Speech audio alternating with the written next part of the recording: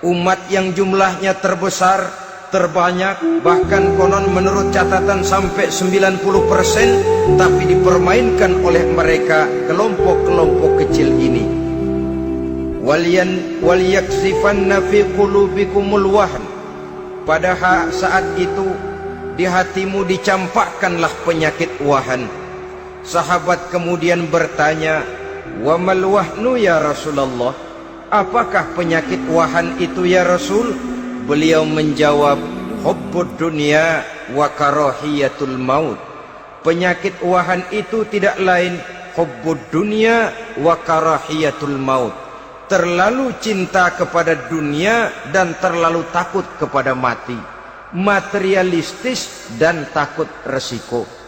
Dua penyakit inilah yang menyebabkan walaupun umat ini mayoritas, tapi dipermainkan oleh yang minoritas. Walaupun dia golongan terbesar, tapi nasibnya seperti makanan di atas meja makan. Dari segala macam penjuru mau menghantam dia. Saudara-saudara kaum muslimin yang berbahagia, ini merupakan analisa sosial bahwa pada suatu saat nanti akan terjadi di tengah-tengah umat di mana kita dihantam dan diserbu dari segala macam penjuru. Akidah didangkalkan, peradaban dan kebudayaan dirusak, makanan dan minuman diracuni, pakaian ditelanjangi dan lain sebagainya, sampai kita melepaskan nilai Islam yang kita cintai ini. Kondisi sosial ini satu saat akan datang kepada kita. Demikian analisa dan peringatan dari Rasulullah sallallahu alaihi wasallam. Marilah sekarang kita melihat, adalah benar bahwa di zaman sekarang kita insya Allah tidak akan mengalami perang Badar sehebat yang pernah dialami oleh Rasul dan para sahabatnya. Tetapi sesungguhnya perang yang kita hadapi di zaman sekarang ini tidak kalah hebatnya dengan perang Badar, tidak kurang dahsyatnya dengan perang Uhud, tidak kurang ngerinya dari perang Khandaq. Hanya saja yang kita hadapi sekarang ini bukan ujung pedang, bukan ujung tombak, bukan ujung panah.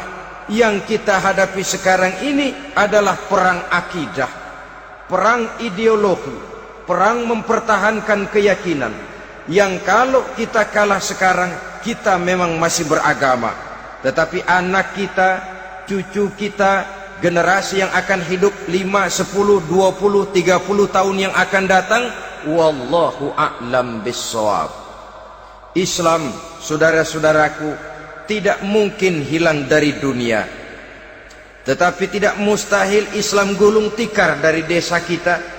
Tidak mustahil Islam gulung tikar dari kampung dan kota kita, jikalau kita tidak menjaganya, jikalau kita tidak memeliharanya, bahkan jikalau kita tidak mewariskannya kepada anak-anak kita, generasi yang akan datang. Marilah kita mengingat sejenak bagaimana Islam di Spanyol yang pernah jaya, pernah mewarnai daratan Eropa, dan yang sekarang hanya sekedar tinggal ceritanya saja. Ini pernah diperingatkan oleh Rasul dalam satu hadis, sayati ala ummati zamanun la yabqal Islam illa ismun wala minal Quran illa rasmun. Akan datang satu masa di tengah umatku di mana pada masa itu Islam ada tapi hanya tinggal sekedar namanya saja, dan Quran pun ada tapi cuma sekedar tinggal tulisannya saja. Apabila kita tidak mewariskan ini kepada generasi yang akan datang, maka serbuan-serbuan dari berbagai macam penjuru dari hari ke hari semakin kita rasakan kehebatannya. Tidak mustahil sejarah Spanyol akan terjadi di desa kita, akan terjadi di kampung kita, akan terjadi di kota kita.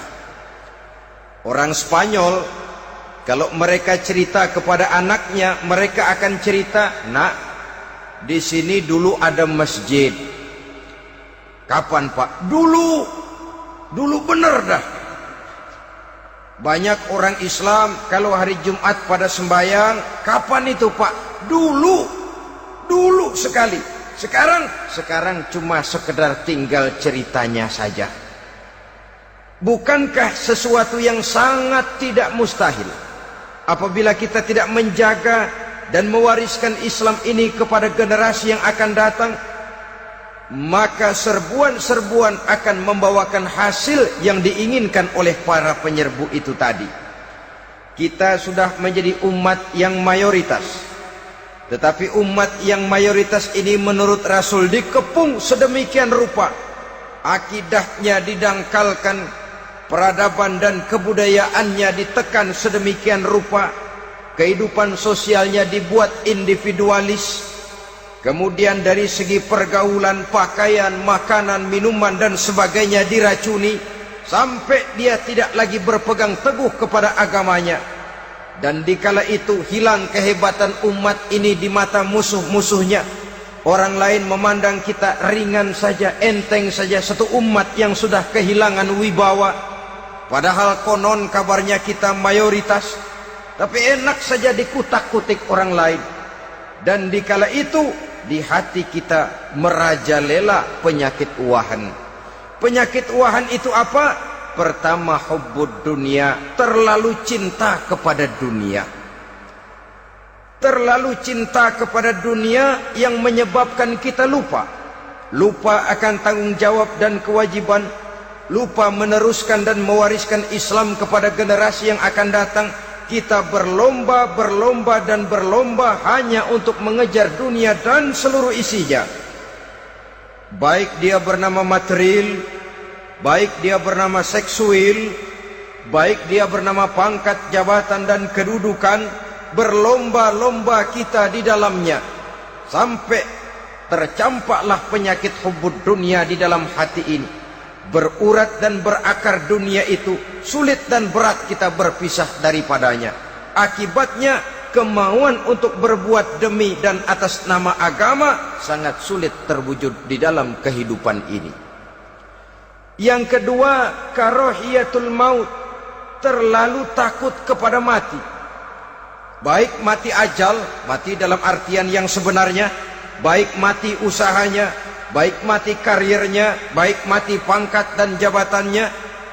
Sehingga dengan demikian akibatnya jatuhlah kita menjadi umat yang kehilangan wibawa di mata orang lain. Saudara-saudara kaum muslimin rahimakumullah, saya katakan tadi, perang yang kita hadapi di zaman sekarang adalah perang akidah. Perang menghadapi peradaban dan kebudayaan yang menghancurkan moral daripada anak-anak kita.